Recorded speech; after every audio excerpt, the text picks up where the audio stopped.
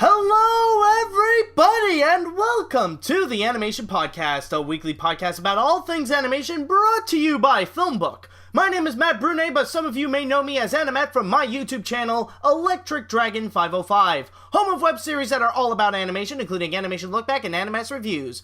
If this is your first time here in the Animation Podcast, the title will go and explain everything for you. This is a podcast that talks about animation. But specifically, however, there is one thing that the title doesn't say about it, the latest news that happened this week. So, for today's episode, we are going to be looking into plenty of box office breaking records that occurred both last week and this week. Then we will be talking about the comeback of Woody Woodpecker, kinda, maybe. It's not really what you think, though. And then we will discuss about The Little Prince and why is it that Paramount decided to let it go. And then we will finally reveal the release date for The Red Turtle. And finally we will end things off with Matt's Pick of the Week. If you want to check out more episodes of the Animation Podcast, then head on down to FilmBook, that is film-book.com, by searching the Animation Podcast. You can also email us at podcast@filmbook.com with the Animation Podcast in the subject line. So, for our first story that we have today, there is honestly a little bit of a trend that I'm starting to notice with the box office, and honestly, it's been such a long time since I've been so focused on the box office to see what's been going on, because ever since Finding Dory came in, I've seen records being broken so much. So, allow me to just explain a little bit of what's been going on both last week and this week in the box office with two specific animated features. So, let's begin with what happened with last week. So, there's Finding Dory, and as we know, it had the biggest opening ever for an animated feature in all levels, the biggest Thursday night opening, the biggest one-day opening on Friday, and then suddenly the biggest opening on the weekend, and then suddenly afterwards, for 3 weeks in a row, Finding Dory would be leading at the box office. It would always be at number one. But last week, it is the first time ever that Finding Dory finally got a notch down. It finally got taken down from its position by The Secret Life of Pets. However, during that time, it actually just climbed up into a brand new record, into another one, or at least temporarily, we'll never know, but we shall see. But for now, it is actually the highest grossing film of 2016 at the domestic box office. It just surpassed Captain America Civil War, which only has $406 million domestically, which it is an amazing feat, but somehow Finding Dory manages to get through that by only 4 weeks, which that is actually crazy when you think about it. And then when you look upon The Secret Life of Pets, nobody knew that this would be coming. I mean, nobody really thought much of it. From the trailers and from what people saw, it looks like just a Toy Story ripoff, but with pets. But it seemed to have really enjoyed people, and I don't know if it's because of the really clever trailer that they put in with all the pets doing their little shenanigans when their owners are out, but somehow it really attracted a lot of people. And it actually broke the record for the biggest opening for an original animated feature with $104.4 million at the box office. This actually broke the previous record by Inside Out, which actually got a total, I think when it did its opening, it did $90 million, which is still fantastic, but the fact that The Secret Life of Pets just came in and just blew it all away, that's actually pretty crazy. But there is actually another record that's been going on, a little bit of a pattern that we're starting to see, and it's actually pretty crazy. Now, of course, Finding Dory for 3 weeks in a row is at number one at the box office, and the only one that was able to top it is another animated feature, The Secret Life of Pets. But now we come in to this week. Now, apparently this week, I just want to say this right now. This is not the full-on specifics. This is not the full-on, like, numbers of what's going to be going on. I'm only doing it according to the estimates, from Friday, where, like, how, like, everything performed on Friday, but, we shall wait and see, like, how, it fully developed. But it seems that The Secret Life of Pets is still going to be continuing to be on top of the box office, and for the 5th week in a row, for 5 weeks in a row, the box office has been dominated by an animated feature, and only 2 of them, Finding Dory and The Secret Life of Pets.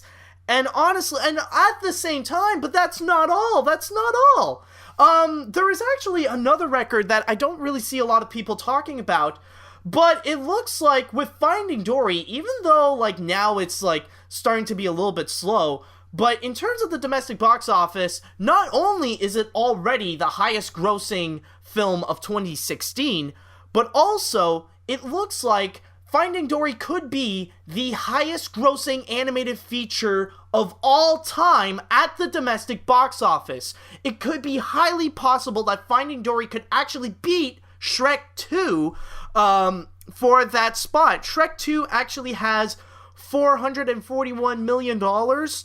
So Finding Dory is not that far off. Like, it's going to be pretty close. If it's not going to be this week that it will break it, but if it's not going to be this week, then it'll absolutely be next week. So no matter what, Finding Dory is going to get that top spot. And honestly, like, it's only now that it's starting to be released elsewhere in the world, so we're going, I got a good feeling that we're starting to see more records coming with Finding Dory. I've already stated before that, yeah, like, there's definitely going to be, like, Finding Dory will absolutely surpass $1 billion at the box office, but you know what, at this point, it could be highly possible that honestly, I can actually see that Finding Dory could actually beat Frozen as the highest grossing animated film of all time. That could actually be possible. But for now, we'll just have to wait and see how it performs elsewhere in the world. It still looks like it could have a bit of traction here, so let's just wait and see with how Finding Dory will go. But I can already imagine by maybe up to September or maybe next month somewhere, the records will continue to break, and we're going to see some new records from Finding Dory. And honestly, like, it's actually pretty crazy, and part of me is actually rooting for Finding Dory to actually break that record. I mean, as much I love Frozen, like, it's an amazing film, definitely one of the best animated features of the decade, and it definitely does deserve to be the highest grossing film of all time. But if Finding Dory could be able to beat it, like, that would actually be pretty awesome and pretty crazy to think about honestly. But yeah, especially, like, with The Secret Life of Pets, again, this is not 100% guaranteed, but like, they say that there is a very high chance, considering that last week, since it did $104 million at the box office, the only way that it can reduce, I can imagine at the most, like, the minimum it's going to get will be at least more than $50 million. There's no way that it's going to go down to suddenly, like, 40 million after such a huge number. I mean, of course, it is summer, and the kids would see it anytime they want, and Secret Life of Pets has been getting a lot of great traction the days afterwards, so we'll just have to wait and see. But at the most, yeah, like I said, it is highly possible that The Secret Life of Pets is only going to be getting, like, just more than 50 million. Maybe it could be 55, maybe it could be 54, like, around those numbers. So, but with that said, like, a lot, like, every single website that predicts the box office numbers, they all say that it's hands down going to be The Secret Life of Pets once again. But what is interesting to note, however, I also wanted to try to dedicate this time not just about The Secret Life of Pets and Finding Dory, but there is also Ghostbusters. If anything, it is hands down the most talked about and the most controversial film, and that's pretty much what everybody is keeping an eye on to see how well Ghostbusters is going to do. And from the Friday estimates, it looks like it started out a bit strong. It began with $17.2 million, while The Secret Life of Pets, on the other hand, began with 15. But again, box office predictors all say that it's still going to be The Secret Life of Pets, since it appeals to a much broader audience than Ghostbusters. And with that said, they say that it could be possible the Ghostbusters might end up going into second place, but it could depend. It'll be between 40 million to 50 million. And honestly, when it comes to Ghostbusters, holy crap, I have never seen a film that is the full-on definition of mixed reactions, because literally I've seen all sorts of reactions with this movie. People say that it is great, it is wonderful, it is terrible, it is bad, it is okay, it is meh, it is good, it is bad, it is awesome, it is crap, it's better than the original, it is a disgrace to the original. Everybody, I've seen so many different opinions that everybody would rank it, everybody would give it a 10, would give it a 10, 9, 8, 7, 6, 5, 4, 3, 2, 1, and they feel very strong about it. And this is mostly because of the crazy months beforehand of the huge controversy, how everybody's trying to make such a social stance. And honestly, that's one of the biggest reasons why I am so turned off by the Ghostbusters, is how on social media everybody has been fighting for this movie. Everybody's been fighting and killing each other just because of this one dumb movie. It was pretty much idiots versus idiots. You got one group of idiots that are the total fanboys of the original Ghostbusters, claiming that this will absolutely ruin their childhood, and acting like suddenly their original copy is suddenly going to disappear, and all they have left is the 2016 Ghostbusters, and somehow Melissa McCarthy, Paul Feig and the gang are going to ruin the Ghostbusters name, so they must be destroyed. So we got that group of idiots, but then you also got another group of idiots that are mostly the social justice warriors, and pretty much pointing their fingers at literally everybody, saying that if you're not interested to go see the new Ghostbusters movie, then you're a misogynist. The reason why you hate it is because there are the cast is women. You just hate it. You don't understand it. You're just closed-minded. If you think Ghostbusters is bad, then it's because you're sexist. You hate women. And if you don't believe me that people are just that those people are just a bunch of idiots just pointing their fingers at everybody, saying that they're misogynists if they don't show any excitement for Ghostbusters, then look into the controversy when James Rolfe said that he stated he doesn't want to watch the new Ghostbusters movie, and he has his reasons, and it's perfectly fine. But then you get so many idiots out there claiming that James Rolfe is a sexist, which is not true. I mean, it's really, it's one of the dumbest things that I've ever seen. It just makes everybody completely stupid and everybody fighting each other. And the one thing that I gotta say, it makes everybody horrible people, even, because the one thing that I've seen this week is that people were stating that the fanboy, there are people who want to see the Ghostbusters movie fail to spite the social justice warriors, while on the other hand, there's another group of people who wants to see this movie be a mega hit to spite the fanboys. And to all those people who have that mindset, or who have stated, what is wrong with you? Really, what does that say about you? That you want to see a movie succeed or fail to spite a group of people that you have never met, even, that you don't know these people.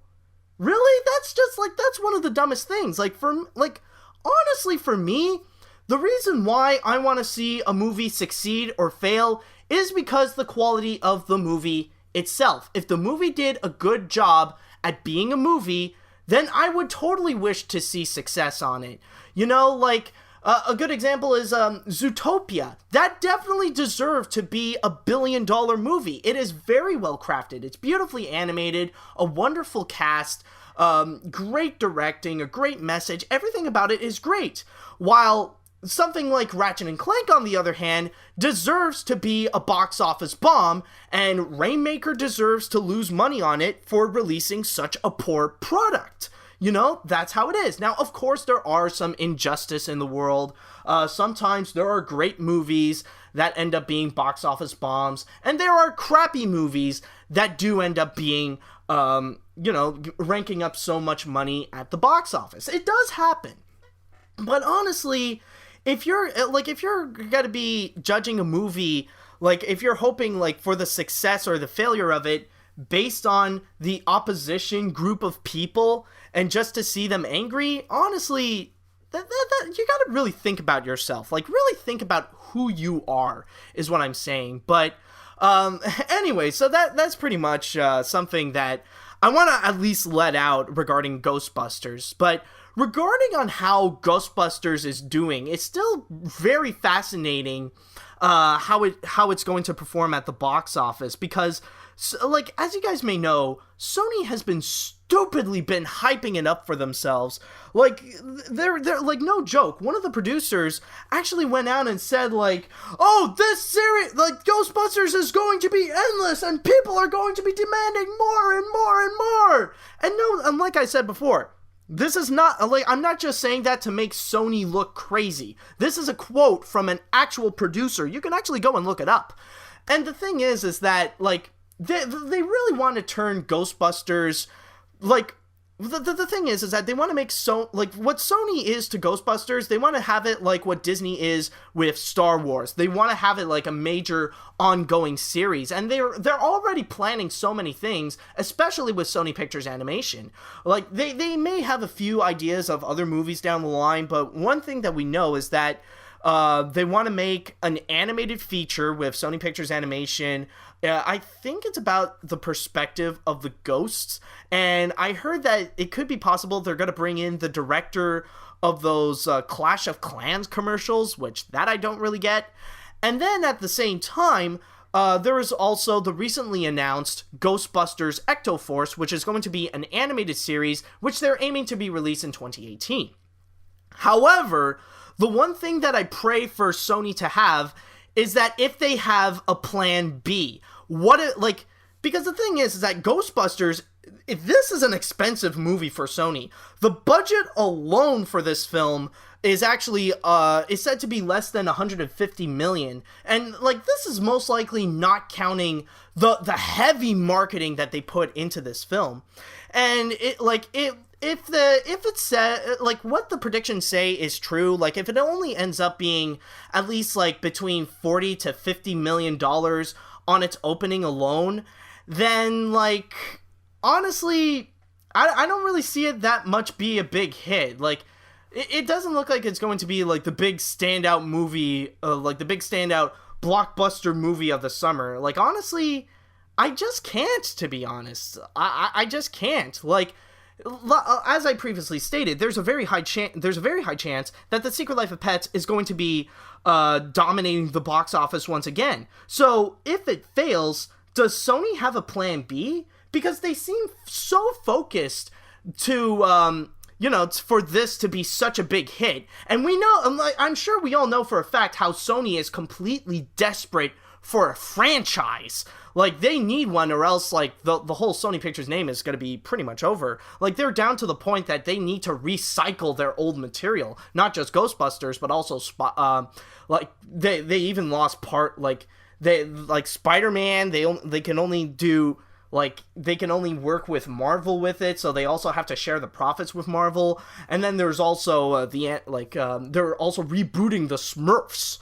Like, that's how desperate they are at this point. So, like, this is what I'm asking. Like, the only way that I can see Ghostbusters succeed is if it, at the very least, it makes a total of $400 million at the box office. But even at that point now, it's starting to be very iffy, especially the fact that they actually lost China.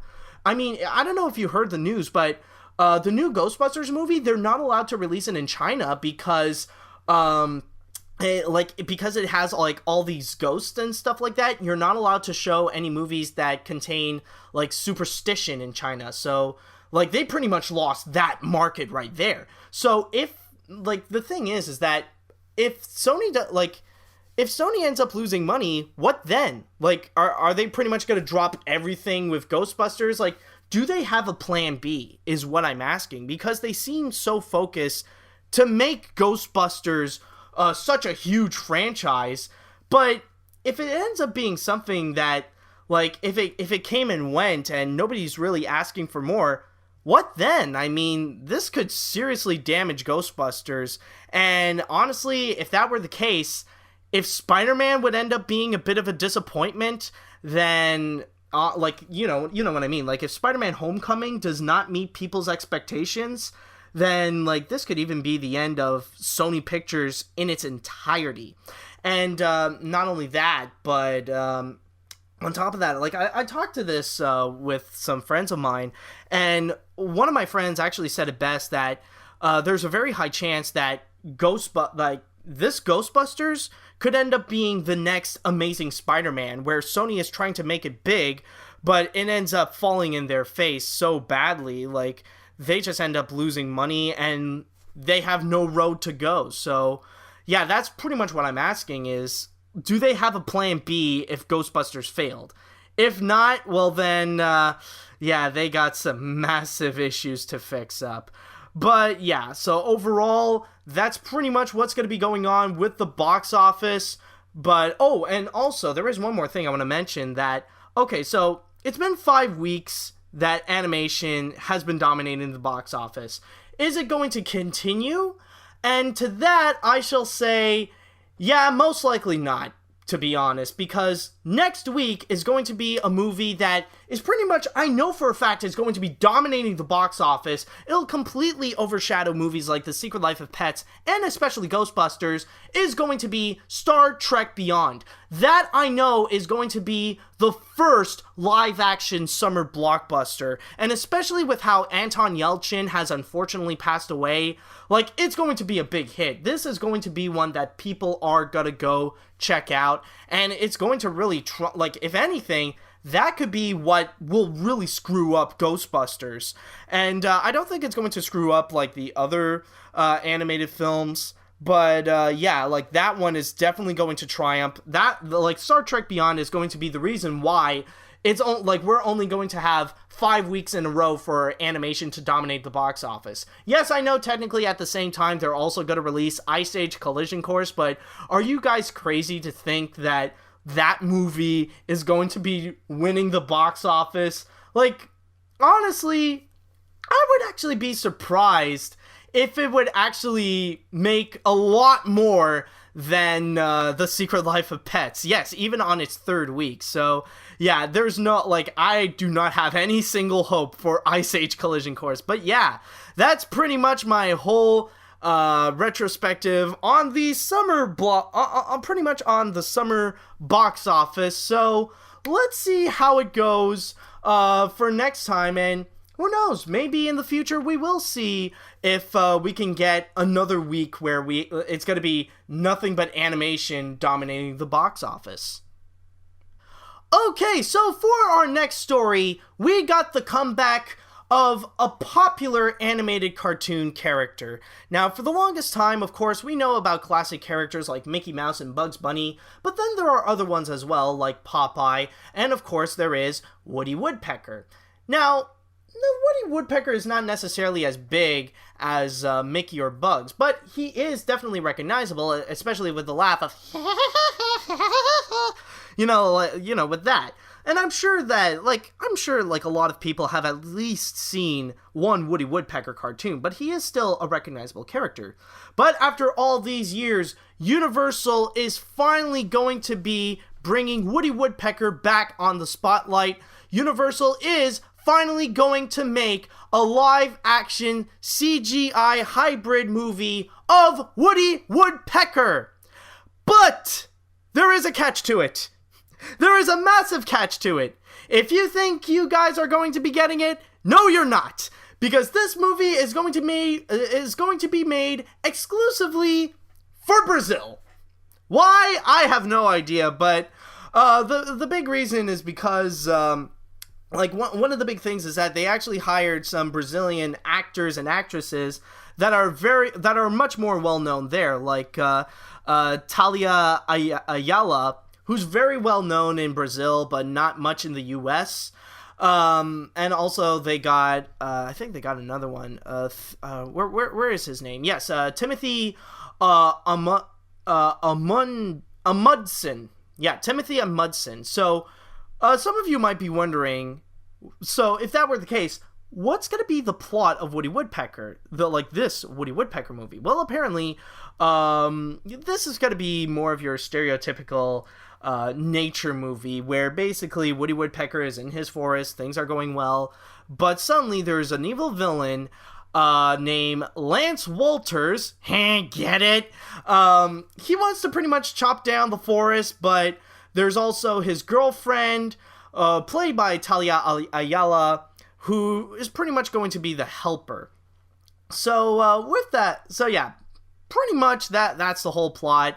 It basically sounds something very similar to something like Fern Gully, The Last Rainforest. So the plot, in terms of plot wise, I don't know if it sounds like it's going to have a lot of promise. However, some of you might be wondering, why is it that the Brazilians are going to get it, but not the Americans? Well, if you look into who's making the film, it actually does make a lot more sense. Technically, in North America, we could be getting it, but not in the way that you would expect.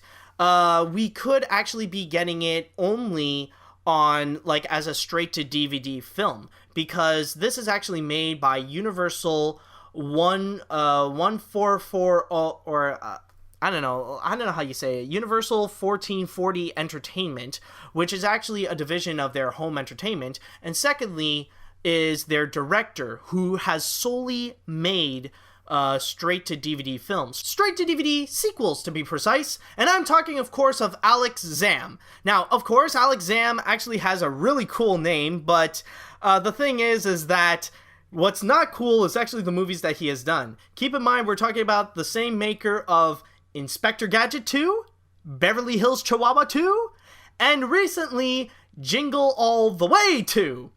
And what's interestingly enough, even though they did get Alex Zam, it is possible they're going to be filming this in English, like they're going to do all this in English, so that's why Americans could be getting it just on home video. Now, what is interesting to note, and what has actually been said here on my source through Cartoon Brew, they said that it is pretty common for animated films, like even though they're made in the US and they are recognizable in the US, like they could have animated adaptations elsewhere in the world. For example, Mexico actually made these Top Cat movies, or maybe just one, like Top Cat the movie, which is actually said to perform very strongly in Mexico, and even in the Latin American countries, which, from what I've heard, like, I haven't seen the Top Cat movie yet, but I've heard, like, at least the Mexican version is good, but the English translation of it is not all that great. But yeah, so pretty much Woody Woodpecker is following that line, but I'm sure Woody Woodpecker is mostly getting that, the Brazilians are getting that movie, because I'm sure Woody Woodpecker is a much bigger name in there than he is in the US, because at the most, the Americans are just using Woody Woodpecker as a mascot for, like, the Universal theme parks, and that's it.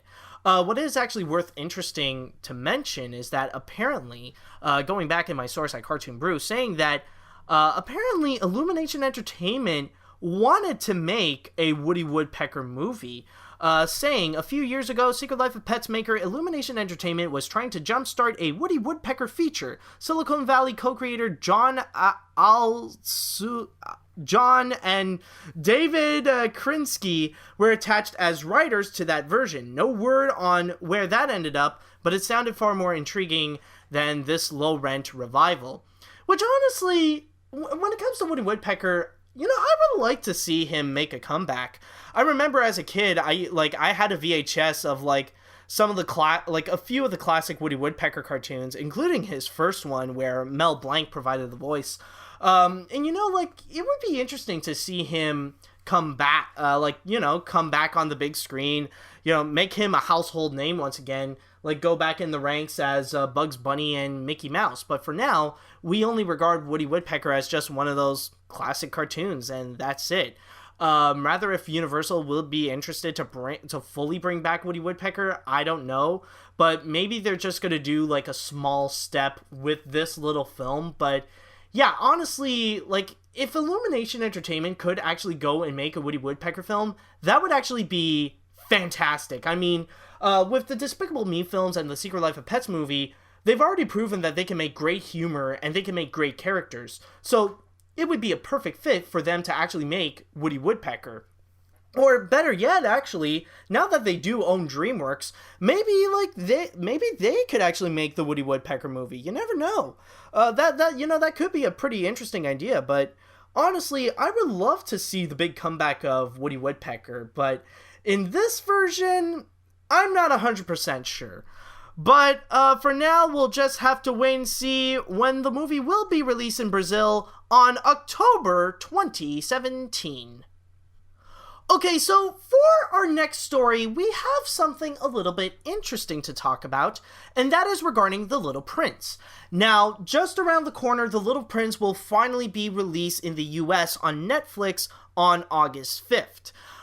People have been waiting for this for so long. Back during 2015, it has been hyping up for so long, and it was about to be released in theaters for Americans, but unfortunately, their distributor, Paramount, decided to ditch out at the last minute, and like just days afterwards, they finally got Netflix to come in, and they just want to go and, release that, like, they're gonna go and release it to the US, because many other places around the world actually did get it in theaters, like especially in Europe and even in Canada, actually. I remember at the beginning of the year, I went to go see The Little Prince in theaters, believe it or not. Not in French, but actually in English.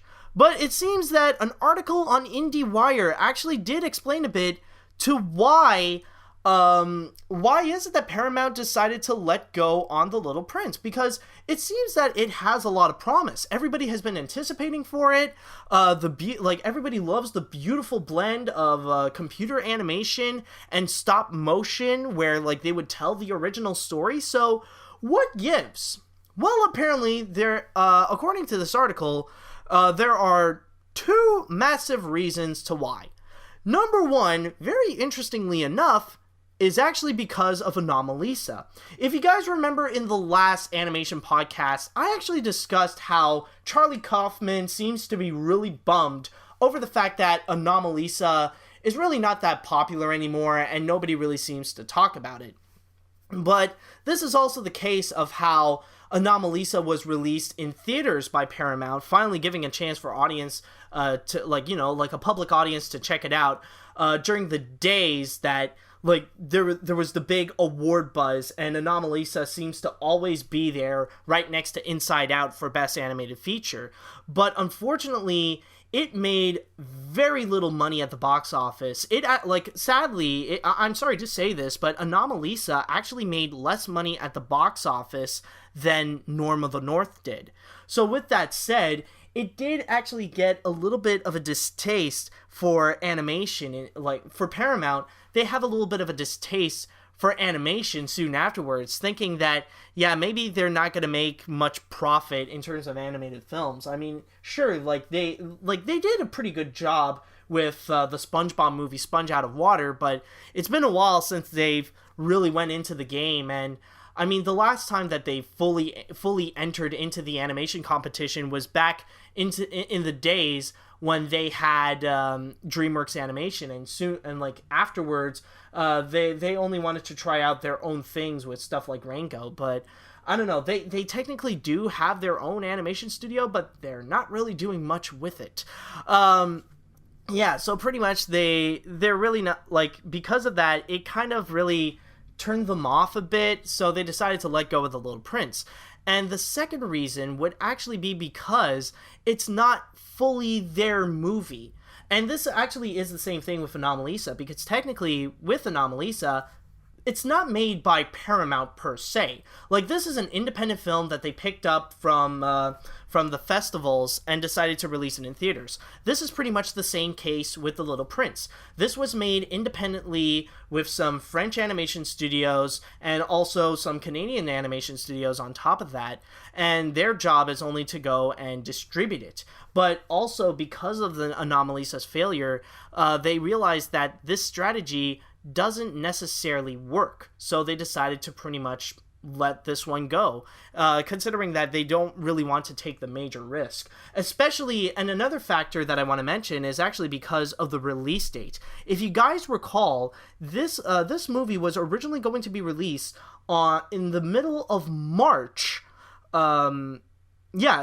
Basically, like, it was supposed to be released in the middle of March. If you guys remember, that's during the days of Zootopia, and Paramount knew that The Little Prince would easily be overshadowed by Zootopia, and plus the fact that, like, in terms of release dates, it really is wonky. They're not putting it in order like with everybody else. Like, the Canadians got it at a different time, the Europeans are getting it at a completely different time. Like, I know this is the case with many of them, but, like, it's very disorganized. It's not as, it doesn't have a simple order like most movies do. This one does not, on the other hand. So this is why they felt like they don't really want to take the risk to release it in the US, so instead they decided to let it go.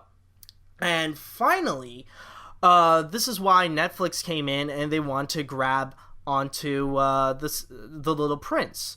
So now pretty much Netflix is excited to show the world what The Little Prince is about. Technically, it is also going to be released on DVD and Blu-ray, and on top of that, they're hoping that with the Little Prince, they could enter into the award season. Like, they can enter into the animation race with The Little Prince. And honestly, to that I say, don't bet on it, honestly, because sure, like, you could be with, you could pretty much display The Little Prince all you want, saying that, like, it's an extravagance that you must see, but come on, you know that this is going to belong to Disney. I mean, like, they pretty much got it, they pretty much got it in the bag with Zootopia, or, like, if not that, then, like, either Finding Dory or Moana. Yeah, like, count yourself lucky if you even get a nomination. So, like, just, don't aim high is what I'm saying. But yeah, like, overall with this story with The Little Prince and how it didn't get released, honestly, I do not blame Paramount one bit. I understand the business strategies that they have to go through. And with the way that they got turned off with Anomalisa, considering that it is, like, this is such a critically acclaimed film, so much so that I've seen it placed in so many of the critics' top 10 lists, sometimes even over Inside Out even, but it made little money and it brought in little appeal. And even though, yes, with The Little Prince is made for a much wider audience than Anomalisa, considering that Little Prince is G-rated and Anomalisa is R-rated, like, it still doesn't really bring in a lot of interest. And, like, it already has a pretty decently big budget. Like, there's already $80 million thrown into this film, so the chances are, like, it doesn't really seem like they would see that money come back. I don't know, but yeah, like, I would not blame Paramount one bit. I mean, like, I'm sure there's a lot of fans out there saying that it's Paramount's loss and stuff like that, but honestly, like, in terms of business, they just gotta do what they gotta do. But if you guys are excited to go see what The Little Prince is about, then all you have to do is wait for it to be released on Netflix on August 5th. Okay, so for our next story, we actually got Yes, the red turtle, to be precise. If you guys don't know what the red turtle is, this is pretty much the next film that's a collaboration between Michael Dudok DeWitt and Studio Ghibli in order to tell a simple little story of a man on a deserted island.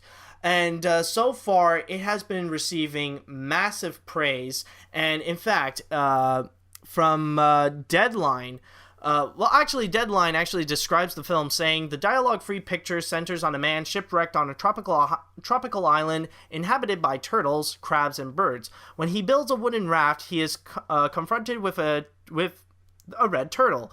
The story then follows the milestones in his life on the island, which includes meeting a woman and starting a family.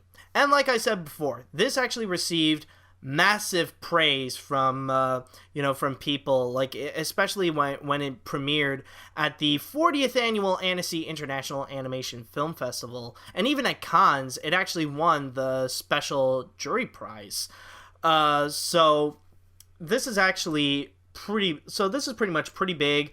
It's very anticipated. Technically it doesn't necessarily count as a Studio Ghibli film, but it's kind of like the next thing to it. But Sony Pictures Classics actually picked this one up, and they decided they want to go and release it into theaters. It's kind of ironic how I how I made this segue. I didn't even realize it, how pretty much Paramount decided not to do it, but here we have Sony Pictures Classics actually doing it with Michael Dudok DeWitt and Sony Pictures Classics. And they are pretty much going out there and releasing it in North America on January 2017. And I know I can hear so many people scared of it, because usually January is a dead month, and usually some of the worst animated features would actually be released on January. Case in point, Strange Magic and Norm of the North. But this one does hold a lot of promise, and the fact that we are actually going to get a chance to actually see this movie in theaters, it's going to be very interesting. And even the trailer, it holds up a lot of promise. I've discussed about this movie plenty of times, and I've already mentioned how I'm actually very interested to see what this movie is about. I mean, we actually got Michael Dudok DeWitt. He is actually very familiar in terms of animation, and even getting some awards for it. Case in point, Monk and the Fish and Father and Daughter. But with the Red Turtle, it's going to be very fascinating what he can do with this, especially how it's dialogue free, and it does have a bit of the tradition of Studio Ghibli, where we look into, this is mostly just going to be the life of a person, in the same veins where how we see just life in general in stuff like My Neighbor Totoro or Kiki's Delivery Service or The Wind Rises. So it's going to be fascinating on that level, and the fact that we are actually going to be getting this is going to be very interesting. And also, I have mentioned beforehand how Sony Pictures Classics is familiar with animation, because they actually did release the animated films of Sylvain Chomet, the 2010 Illusionist and the Triplets of Belleville. So at least they know about a thing or two about animation, or at least independent animated features. So honestly, if you ever get a chance to, if your movie theater has a chance to actually put up The Red Turtle, I would highly recommend to go check this out, because there's also a big chance that this could actually be an Oscar contender. This could be one of these movies that you'll be hearing very often regarding, this will be nominated for Best Animated Feature next to stuff like Finding Dory and Zootopia. So just keep an eye out on that. So once again, if you guys want to check it out in theaters in North America, it's going to be released on January 20th, 2017. And last but not least, we have Matt's Pick of the Week. And for this one, I decided to do something a little bit different, and we are entering into the world of Legos. Now, as you guys may know, of course, animation and Legos nowadays has really been going hand in hand, especially with the Lego Movie. And, the popularity of Legos, I have never seen it be, bigger than it ever was before. Holy crap. Legos has seriously gone into the mainstream. And like, it's not just Warner Brothers that's really trying to cash in on it, not just with the Lego movie, but also like with all the video games, also especially with now with Lego Dimensions, and you know, all sorts of products and merchandising, and this is not even counting the Lego sets themselves. But even Disney nowadays is actually jumping into the Lego trend.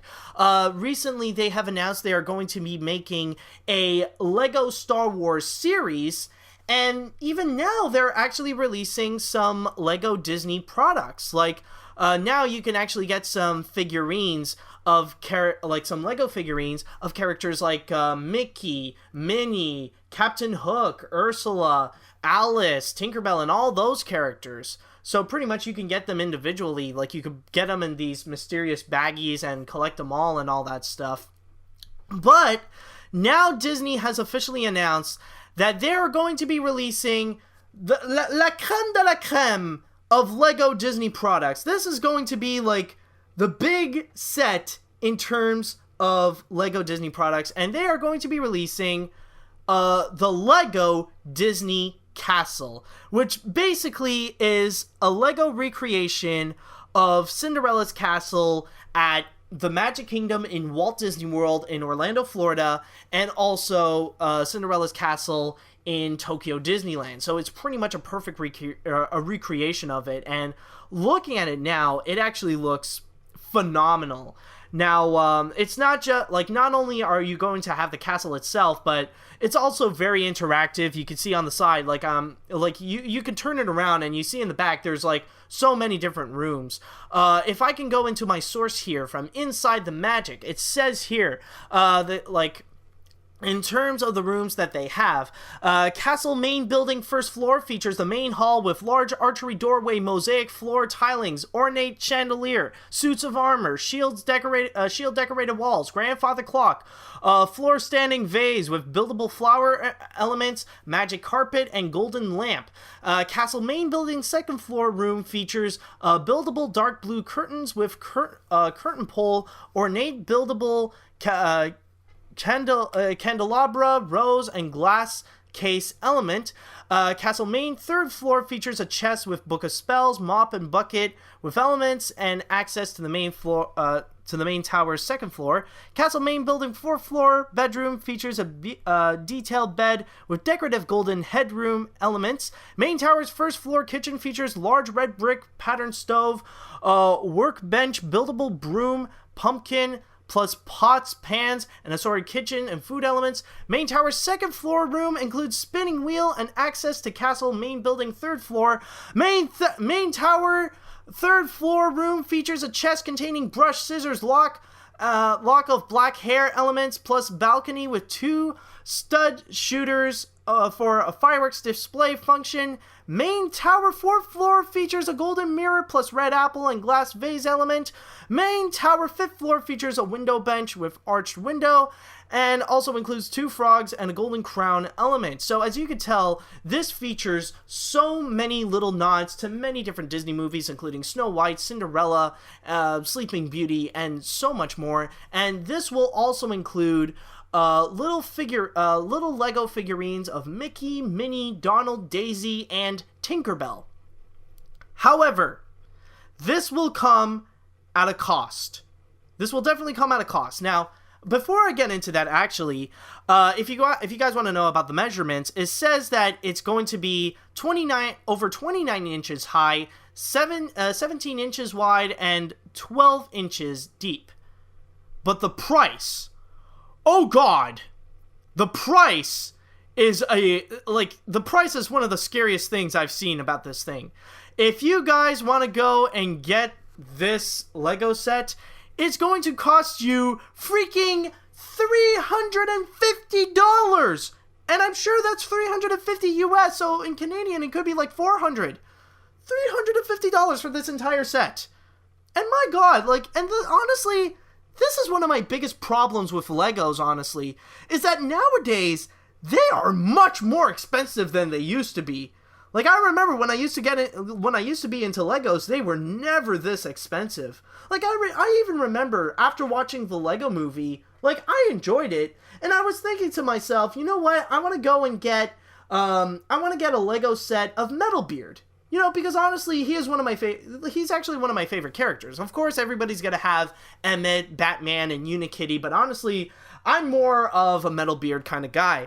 But when I saw the set that is included, like, that has Metalbeard, I saw it, and, like, it's just a little box. It's just a little box, and it's actually 45 bucks.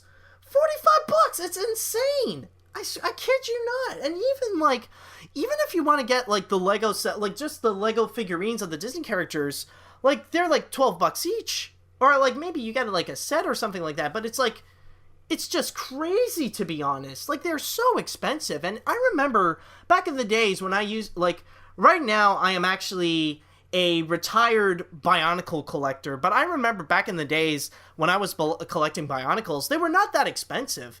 I mean, like, the Toa figurines would probably cost, like, 10 bucks each, actually. 12 bucks, around that range.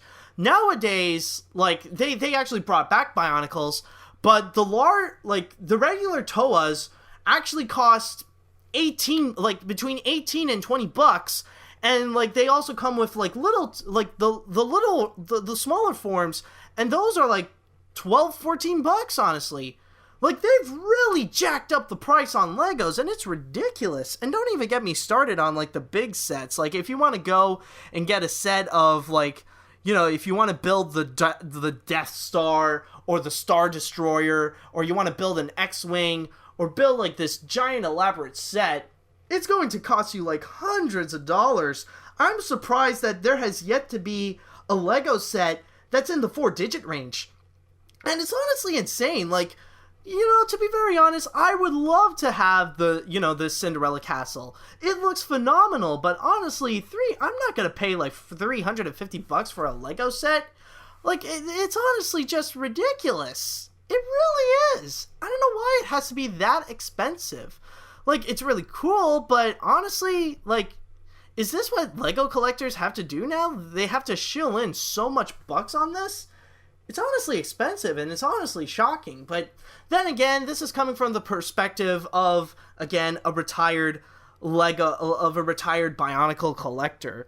And, like, technically, I didn't collect all the Bionicles. I know that there are a few of them that I'm missing, especially, like, the sets. You know, like, the ones that are, like, that you could pretty much build, like, many of the locations of the Bionicles. Not, like, the people, not, like, the heroes and the villains themselves. But, yeah, like, honestly, like, 350 bucks for a little castle. That's just insane. But, anyways, that's pretty much all that I've got through this week. So, thank you guys so much for listening to this episode of the Animation Podcast. You can find more of my work at film-book.com. Just search for Mathieu Brunet or the Animation Podcast. You can also find me on Twitter at AniMat505. If you listen to this podcast on iTunes or any other podcast service, do you mind rating and review this episode? That would actually be great. Or if you have listened to this podcast on YouTube, then hit that like button and leave us a little comment on your thoughts on this week's news. Tune in next week for the latest episode of the Animation Podcast and all things animation. Thank you guys so much for listening, and until next week, see you later, dudes!